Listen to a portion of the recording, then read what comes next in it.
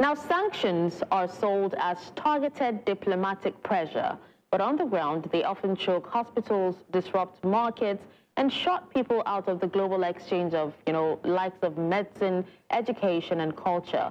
Effectively, a kind of civilizational warfare that punishes society more than the leaders it's supposed to hit. Now, we see it from Niger to Syria and Zimbabwe, where everyday life frays while elites stay insulated and the promised political fixes rarely materialize. Now, across Africa, governments are pushing back. They're freezing exports, tightening mineral rules, and leaning on regional diplomacy, trying to keep value at home and also protect sovereignty. But those moves come with trade-offs because they might safeguard resources, yet they can also deepen shortages, spur smuggling, or even scare off investors.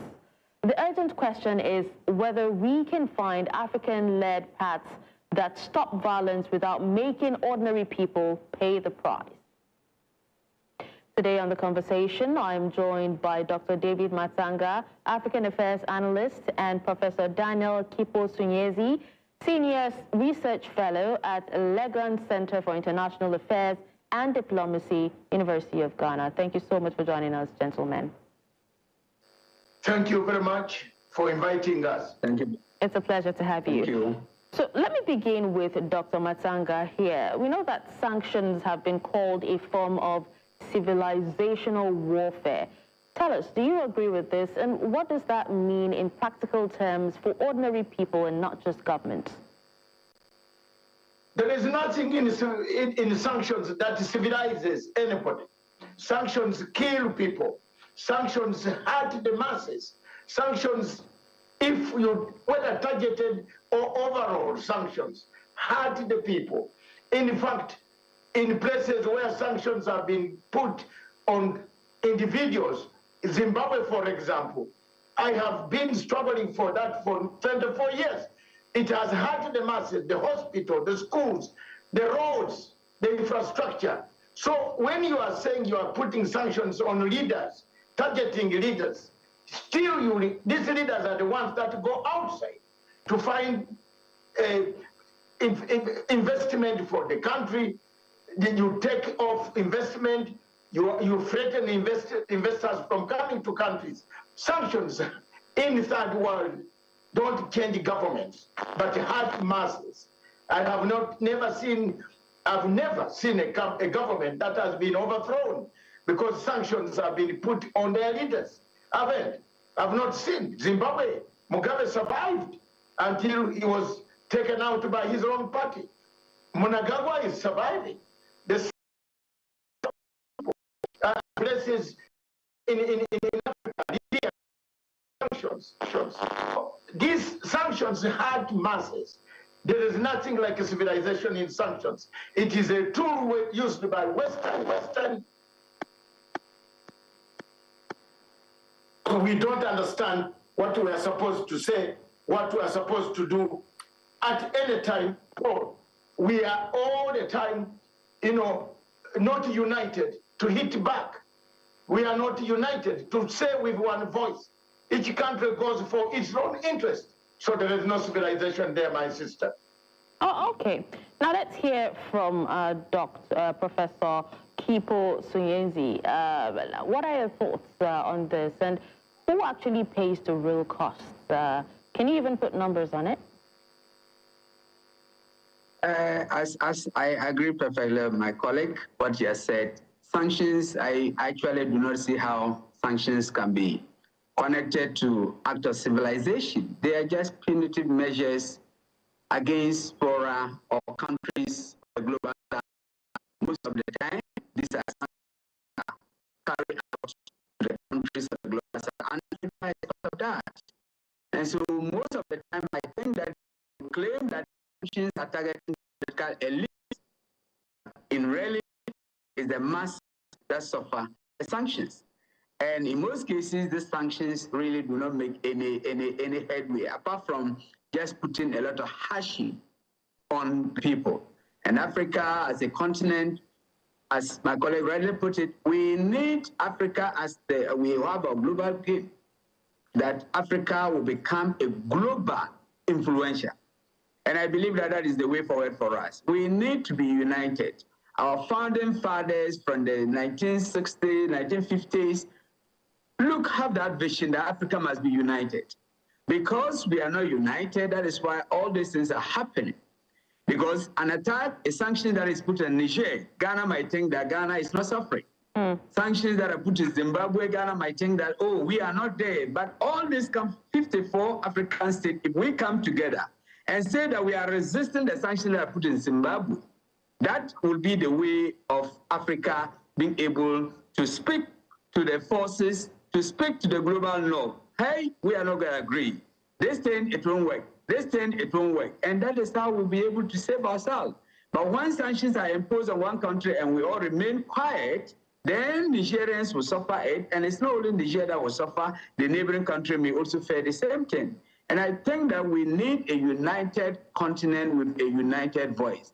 African Union must not let us down. It might be a global continental power that will be able to stand up to all this and urge all the member states that let's rise up against the sanctions that are imposed on this country. Because the political elite may not be the only one who suffer. It is the masses that suffer, not the elite. Absolutely. And Africa must stand up. Now, I asked, who pays the real cost? Because, for instance, Sudan's war has displaced millions. That's roughly 12 million, and also left tens of millions needing help.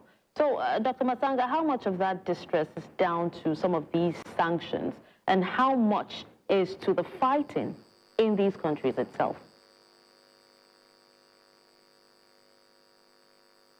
Dr. Masanga, can you unmute? Sorry about that. You can't isolate the fighting forces when you are the same one supplying arms to one of the sides. America supplies arms to the Sudanese armed forces. They do this, and then they go to say they are putting sanctions on RSF. They don't want people to rearrange RSF. They don't want people to tell RSF sit down in Kenya, in Uganda, anywhere. These are double standards. You cannot, and let's be very honest, and stand firm, as my brother has said. It is African Union that has let us down. The war in Sudan is partly the problem of America. The war in Sudan is partly the difficulties of the West. France and America have been involved.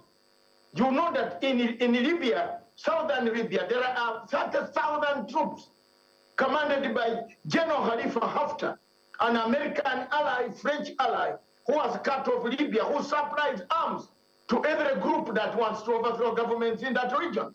So for me, I feel the war in Sudan, even if you put sanctions on the warring parties, it is up to us Africans. Let's sit down and call these generals. Some of us who know them from 1994, when some people were not there, when Mr.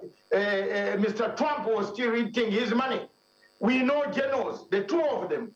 We need to talk to them and turn them down, not to divide Sudan, come together and sit down on the table. Sanctions will not help.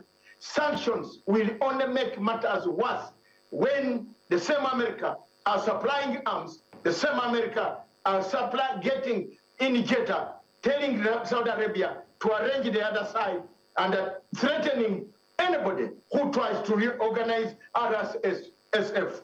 That's what they have done. They have done everything. Like in this country here, they supported Yahya Jammeh. They put sanctions on Yahya Jammeh. But Yahya Jammeh was not thrown by sanctions. Yahya Jammeh in this country was thrown out by people themselves, some of us who helped to get Mr. Yahya Jammeh out, not sanctions. Sanctions are the most obnoxious tools that should not be allowed in Africa. The African Union must pull up its socks, stop, talk with one voice. That is my dream.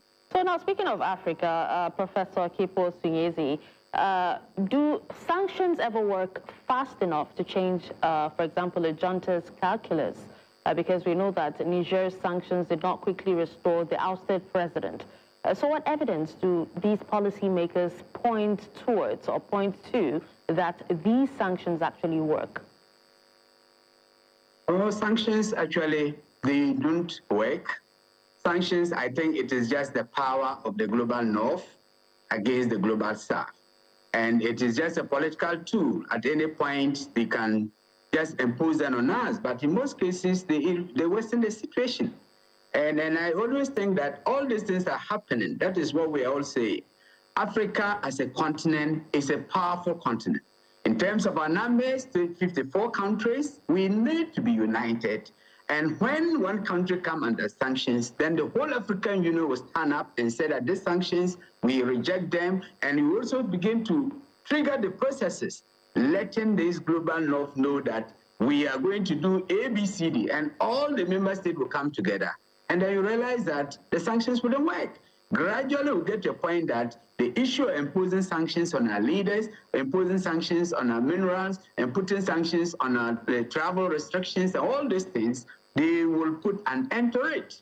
If we are united and we speak with one voice, Africa, we will overcome all these things. It has nothing to do with civilization. It's just a bullying tactics of the global north against the global south, of which Africa, we are part of the many that are suffering these sanctions, which in most cases don't make sense at all. Well, the big question is Africa even ready? Do they have the infrastructure? Because let's take, for example, you know, the economic ban on Zimbabwe, right? The tariffs on it. Due to that, Zimbabwe plans to ban lithium concentrate exports from 2027. Do you think that is a bold move, or is it self-harm? Because we know the aim is local processing, but do local plants and even power infrastructure actually exist at scale to make that work? Yeah. As I said it, what is making all this thing happening is because of our divided front. If SADC rise up, if they impose sanctions on Zimbabwe and SADC, all the member states in Southern Africa come together and said, this thing, we will not allow it, it won't work. And so, but because it is something that they put in, and Zimbabweans are suffering, South Africans might think that, well, that's not the case. And Namibia will say that's not the case. And that is why all these things are happening. If we come together, whatever attack, like the NATO principle, an attack on one NATO member is an attack on the other. And that is the same principle we must be invoking. An attack on one Southern African country, Zimbabwe, become an attack on South Africa, an attack on South Africa, Zimbabwe will take it up. All these countries in the SADC country, Namibia, all of them will stand up and say that no, an attack of one member, we will not allow. This is the principle that we have not used, and that is why we're having, when you come to West Africa, you see that Ecowas, they don't speak one voice. Sometimes we think that the French people, the English people. We are not united, and that is why all these things are happening. If we speak one voice, we stand up on a member state, and all of us will come together. Then you realize that got a point that the global north will no longer use sanctions as a tool, because it will never work, and Africans will rise up and they'll kick it out. Okay. What I will maintain is that we need this unity, a united voice, come together as Africa and speak one voice, whether as a regional or continental. We need that, and to be able to put an end to all this unnecessary sanctions that are imposed on our leaders. All right, thank you, Prof. So we'll have to take a break now. When we come back, we'll continue this discussion. Stay with us.